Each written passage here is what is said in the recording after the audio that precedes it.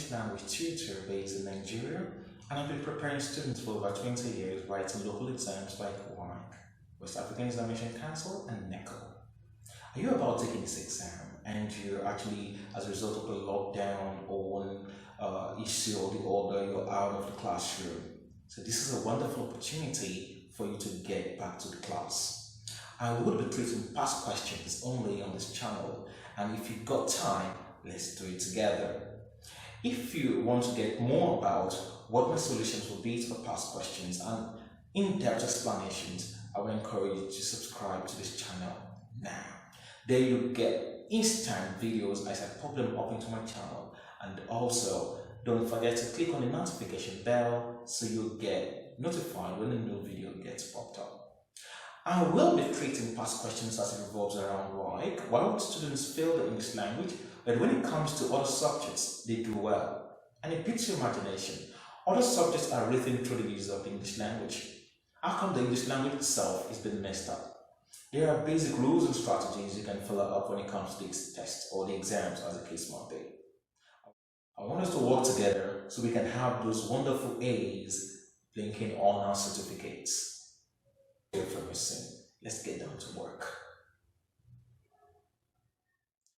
Okay, today I welcome you one more time. Are you in Nigeria, Ghana, Liberia, I guess Gambia? If you're about writing the West African Examination Council exams, I'll say welcome you to this channel. It's a wonderful platform to help you ace the exam. Most especially we'll be concentrating on the English language. Now, the English language is a second language. It's not our mother language for most of us, and you're expected to learn it as a language and also as a subject. So a lot of people have challenges with this particular language, not because it's very difficult. It's one of the easiest subjects you ever think of, but we don't necessarily treat it as a subject. We treat it as a language. So I will be treating the English language as a subject on this platform, and I'll be telling you what tips and strategies you need to have in order to ace this subject. I'll be sharing with you my experience of about 20 years and some of my resource materials. Today, we shall be looking at the basic key structures of what you have to come across if you're taking the SSCE. One, you should know that it's going to be a pen and paper exam, meaning that you'll be writing in a classroom with pen and paper and you will be timed. There will be no privacy to this, meaning that you'll be sitting in a hall of about minimum 350 people to 400. So in a way, examiners and vigilators will be around to watch over you while you write the test. Also note carefully that each of the tests will come with a theory and their objectives, which you are expected to answer. On the English language precisely, you'll be having 3 papers on a particular day, meaning you have paper 1, paper 2, and paper 3. Paper 1 will be comprising your comprehension passage, your composition, and a bit of your summary passage. And in this particular section, you're expected to spend approximately 2 to 3 hours, approximately, as the case might be.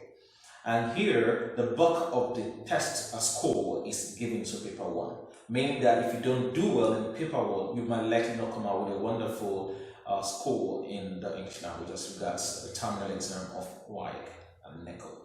So what steps should you take to help you ace this test part? We'll be talking about that. So hold on a minute. Quickly, I'll talk about the second part. The second part basically will be about your objectives, okay? Probably we call it the OBJ. This is where you'll be taking about 60 questions. It used to be 100, I guess they reduced it to 80, as the case might be. Then here you are to do the multiple choice from 1 to 80 in a space of about 50 to 60 minutes. Note carefully here, everything you're doing has to revolve around the use of structure, lexis, and most importantly, concord usage. Most of these things are not taught well in schools because probably we have too many students with fewer teachers to man them. So the workload will be getting too much for the teachers, and most students come out half-baked or not necessarily having the nitty-gritty of this test. I'll be teaching you what you need to know about on structure, what you need to know with the lexis, and basically how to go about the usage of concord, which is the basic bane of most students today. Speaking the English language and writing are two different things entirely. So we shall be looking at how we can put this together. And that will take us to the third paper. The third paper will be your orals. This is where you are tested on pronunciations and actual transcriptions, which includes other aspects of non-segments. You need to know that while you take the English language test, a variety of areas will be tested in order to prove that yes, you have an all-round development when it comes to communication. In the third paper, you'll be tested on two parts of the oral English, which is the segment and the non-segment. The segmental part there is the part where sounds will be tested. And the sounds that will be tested includes the vowel. Remember I said vowel, not vowel. There's no vowel there, okay? And the consonants. So these two parts here, you actually be answering questions and developing transcriptions to questions. Once you're done with the sound part there, you have to move to the other part, which is known as non-segmental or the suprasegmental. Here you'll be working on rhymes, intonation, and stress. This part here requires you to pick words that are closer to stress pattern or words that sound alike or probably the pitch drop and height of words. Once you're done with this part on the test day or the exam day, it is believed that you're done with the English language test or the exam. And that will be the end of it to it there.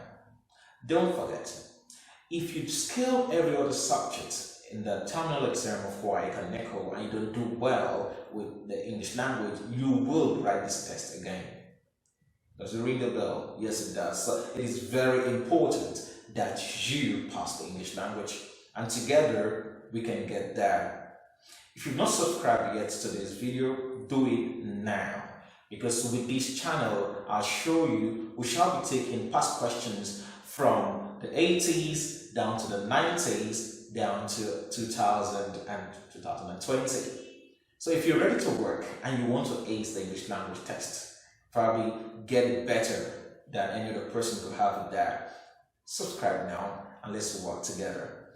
My first 20 subscribers will get my book, Etymology of Orals, which I'll be delivering to you all expense paid.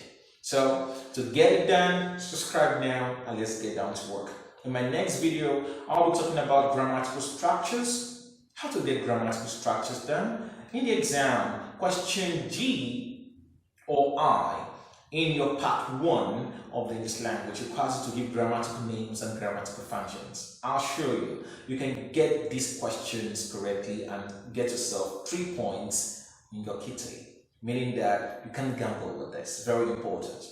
What are grammatical names? What are grammatical functions? How do I write out my answer? Those are another important skill you need to acquire. All these I'll be teaching you in my next video.